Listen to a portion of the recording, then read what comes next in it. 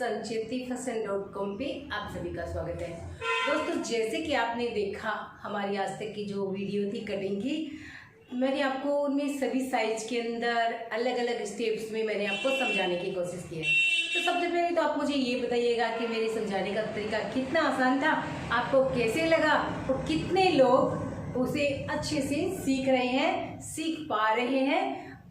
जिनको हार्ड लगता है वो भी मुझे कमेंट करके बताइए कि यहाँ पे हमें थोड़ा हार्ड लगता है, डिटेल्स में बताएं। इसके बाद आज जो मैं आपको बताने वाली हूँ वो बहुत ही इम्पोर्टेंट, सारी जो वीडियोस के नॉलेज है इस वीडियो के अंदर आपको मिलेंगे।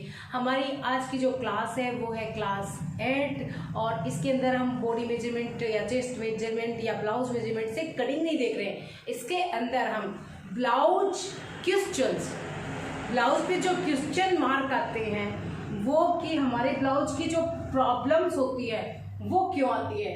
देखिए, काफ़ी हम ब्लाउज बनाते हैं, उनके अंदर बहुत सारी हमारी प्रॉब्लम्स आती हैं।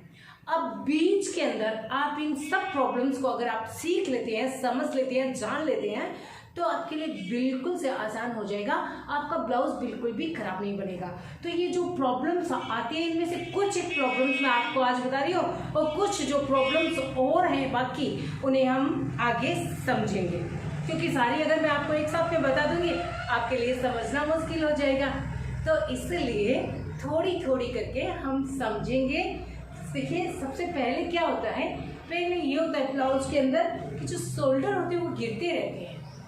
ब्लाउज के शोल्डर्स क्या है, क्या आपको पता है हमारे ब्लाउज के शोल्डर्स कौन से होते हैं? तो देखिए, आप इसके अंदर देखिए, ये जो होते हैं हमारे ब्लाउज के शोल्डर होते हैं और कई बार ब्लाउज ये फिट नहीं होता है तो गिरने लगता है, शोल्डर्स जो है वो उतरने लगते हैं और ये इस तरह से देखिए उतरते रहते हैं, ये इस तरह से नीचे की ओर आते रहते हैं। यहाँ पे नहीं आ रहे हैं क्योंकि यहाँ पे बिल्कुल ये फिट है, इसका जो नेक है वो सही है, इसकी जो ये क्रॉस पट्टी है सही जगह पे है, तो ये नहीं गिर रहे हैं।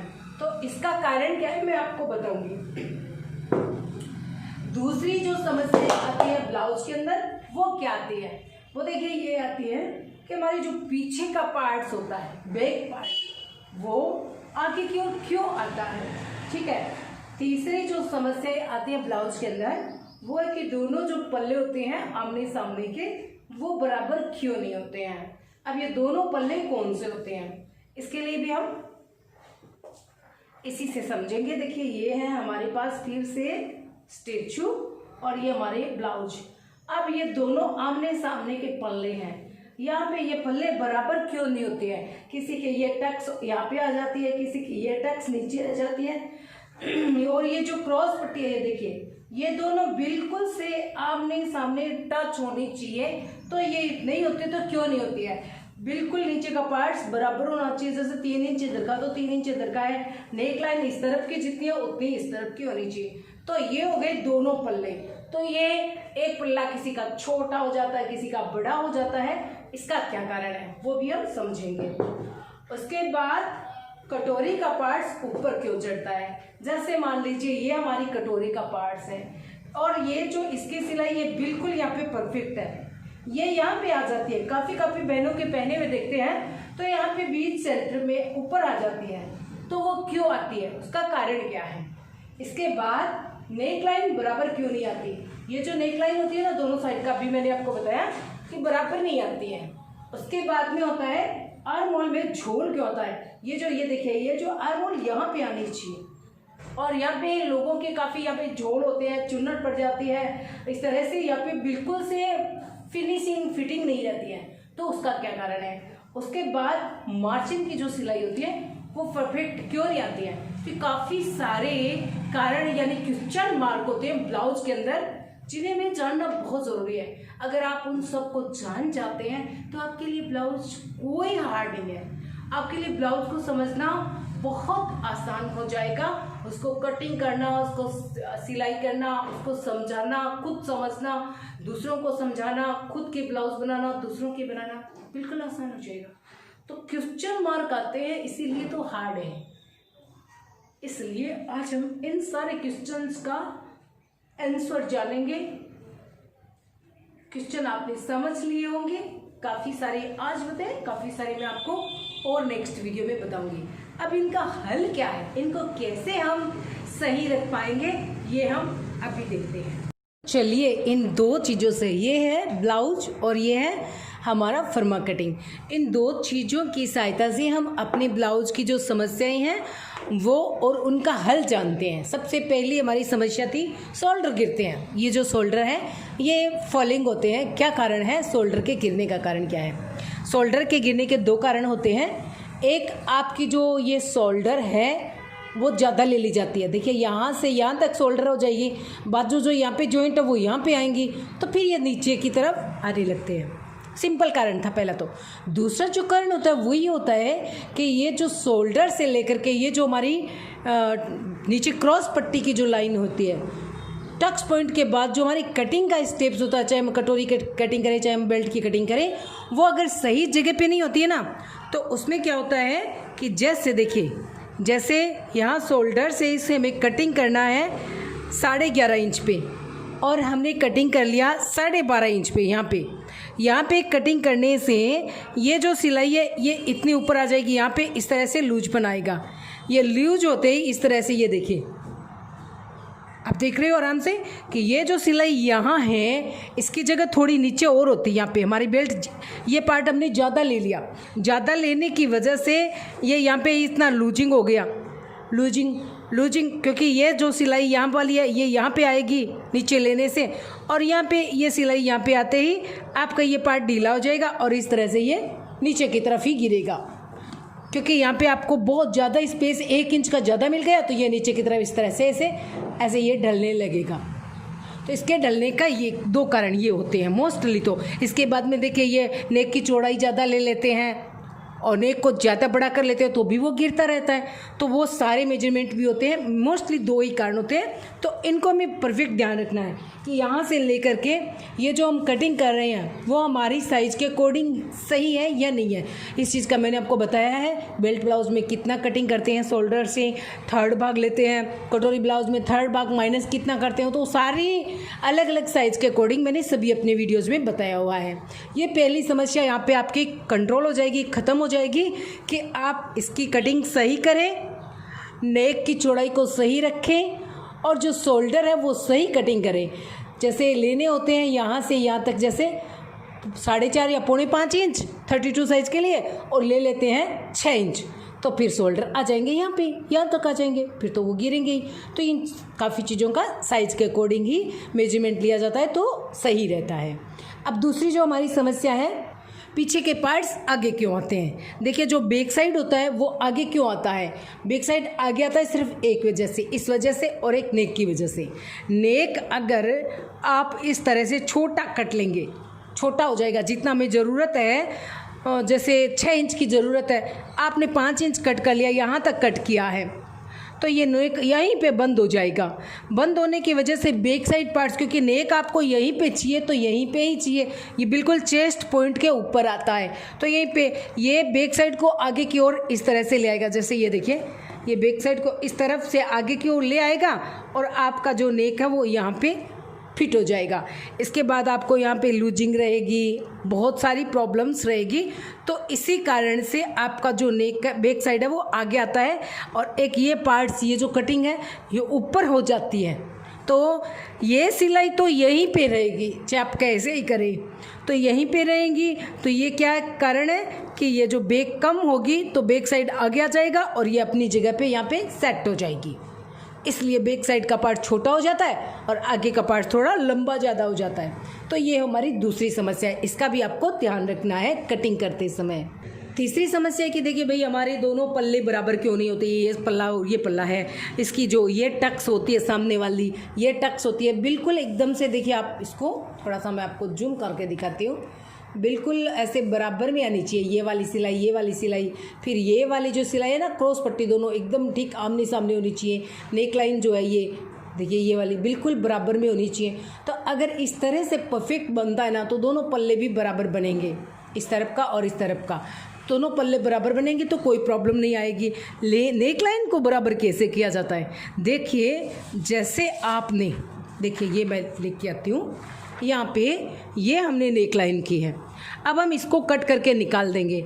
इसके बाद का जो ये पार्ट्स रहेगा ना, ये लाइन जो ड्रॉ की हुई है, इसको आप यहाँ से कट कर लिए 1 इंच की दूरी से। कट करके जब दोनों पार्ट्स आपके तैयार हो जाए ना, ये दोनों पार्ट्स, तो आप यहाँ पे इस नेक लाइन को रखें। ये जो हमने नेक लाइन ड्रॉ की हुई है, यहाँ पे आप इसको रखें। जो भी पार्ट्स कम या ज़्यादा उसको बराबर करें, फिर हुक और आई की पट्टी लगाएं। हुक और आई की पट्टी की जो सिलाई होती है, इस नेक लाइन की पट्टी से अलग रखें। तो आपकी नेक लाइन की जो सिलाई यहाँ पे रख ली, उसके बाद आप नेक लाइन तैयार करते हो तो दोनों बराबर आएंगी। तो सिलाई का जो भी होगा आपकी दोनों पट्टियों को अटैच करने के लिए, उसको आप अलग रखें। उसके बाद में ये साइड बराबर है और ये साइड बराबर है। यहाँ पे आपको कट लगाना होगा आई की पट्टी लगाने के लिए, यहाँ पे आपको कट लगाना होगा हुक की पट्टी लगाने के लिए। तो आपकी जो दोनों साइड है वो बिल्कुल बराबर आएंगी। तो ये छोटी बात है, पर समझ लेना बहुत ज़रूरी होता है, क्योंकि काफ़ी लोगों के देखते हैं पहने हुए एक साइड का गला किधर ही जा रहा है, एक साइड का गला किधर ही जा रहा है, बिल्कुल दोनों साइड परफेक्ट नहीं है, गोलाई बिल्कुल परफेक्ट नहीं है। तो यही कारण होता है। तो इस कारण को आपको ज़रूर समझना है। ये जो फर्मा है ना, इसी से दोनों साइड मेजर करके नेक लाइन को, फिर जो एक्स्ट्रा है उस पर आपको दोनों पट्टियाँ स्टिच करनी है, फिर आपकी नेक लाइन बिल्कुल सही रहेगी। अब हमारी जो चौथी समस्या है कि भाई कटोरी का पार्ट्स ऊपर क्यों चढ़ता है। कटोरी का पार्ट्स ऊपर इसलिए चढ़ता है कि ऊपर से कटिंग ऊपर की जाती है। जैसे यहाँ से हमें 10 इंच चाहिए, आप 9 या 9.5 इंच पे कटिंग करेंगे तो ये ऊपर की ओर आ जाएगा, यानी यहाँ पे आ जाता है। नेक सही है ना, तो नेक तो अपनी जगह पे सही रह जाएगा। हमने 6 इंच का नेक चाहिए, हमने 6 इंच का कटिंग कर लिया, बिल्कुल ये अपने बराबर में आ गया। तो बैक साइड का पार्ट तो आगे आ नहीं रहा है, क्योंकि ये अपनी सही जगह पर सेट हो गया है। अब ये पार्ट्स जो हमें चाहिए, ये हमने जैसे 10 इंच या 11 इंच करना है, 10 इंच पे कटिंग करना है, उसको हमने 9 इंच पे कटिंग कर लिया या 9.5 पे कट कर लिया, तो फिर ये सिलाई यहाँ पे आपके बीच में रह जाएगी। पूरा आपका चेस्ट जो है वो कवर नहीं कर पाएगी, तो ये यहाँ पे सिलाई बीच में ही अटकी रह जाएगी। तो इसका भी आपको ध्यान रखना है कि आपको यहाँ से कहाँ पे इसकी सिलाई करनी है, ताकि आपका जो चेस्ट पार्ट है वो कवर रहे और ये जो सिलाई है क्रॉस पट्टी की बिल्कुल परफेक्ट अपनी जगह पे रहे। अब ये आप देख सकते हो पूरा चेस्ट कवर करके ये बिल्कुल से कवर कर रही है। यहाँ पे जहाँ पे हमारी कमर शुरू होती है वहीं पे ये सिलाई रहनी चाहिए। ठीक है, अब हमारी जो 5वीं समस्या है, नेकलाइन बराबर क्यों नहीं आती, मैंने आपको बता दिया है। छठी है कि आर्महोल में बगल में झोल क्यों आता है। ये जो हमारी बगल है, इसमें झोल आने का कारण क्या है। देखिए, बगल में झोल आने का कारण अब मैं आपको यहाँ पे बताती हूँ कि ये जो हम आर्महोल कटिंग करते हैं ना, कोई 5.5 ले लेता है, कोई 6 ले लेता है, कोई 6.5 ले लेता है, कोई 7 भी ले लेता है। यहाँ पे भी यहाँ तक मैंने देखा है कि काफ़ी लोग बहुत ज़्यादा भी आर्महोल की लेंथ लेते हैं। अब आप सोचो कि यहाँ से यहाँ तक का हमें स्पेस चाहिए और इतने ही गोल राउंड की जो शेप है वो चाहिए। अगर यहाँ पे इसको हम यहाँ इतना बढ़ा देते हैं और फिर यहाँ पे हम इसकी गोलाई करते हैं, नीचे 5.5 लिया हो तो 6 इंच पे कर देते हैं, तो आधा इंच बढ़ गया। फिर इसकी गोलाई लगाते हैं, फिर और बढ़ गया। तो यहाँ पे स्पेस आपको चाहिए टोटल है 14 इंच और ये हो गया 15 इंच।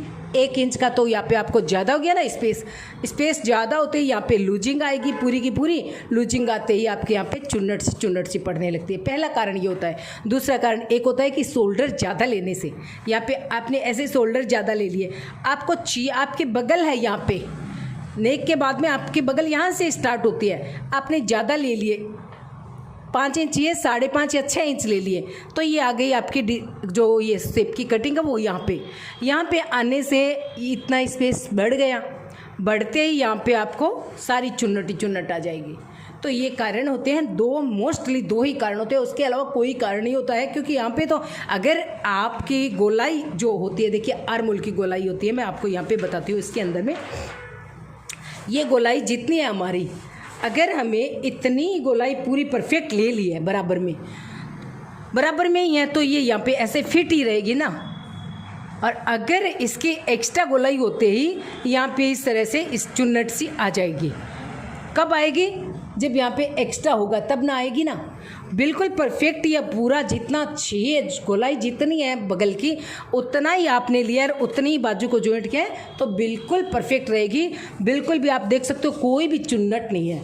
तो बिल्कुल झोल आता ही नहीं है, चुन्नट आती ही नहीं है, कोई भी परेशानी नहीं आती है। तो ये सब मैंने आपको छोटी छोटी समस्याओं के बारे में बताया है आज की वीडियो में, ताकि आपको आगे ब्लाउज को समझने में कोई दिक्कत नहीं होगी। जब आप ये सब सारी जो समस्याएं समझ जाओगे ना, तो आप सारी ब्लाउज को कटिंग भी सही करोगे, आप उसकी सिलाई भी सही करोगे, आपकी सिलाइयाँ सारी सही आएगी, आप नेक लाइन को जांच करना भी सीख जाओगे, तो आपके जो ब्लाउज है वो परफेक्ट बनेंगे।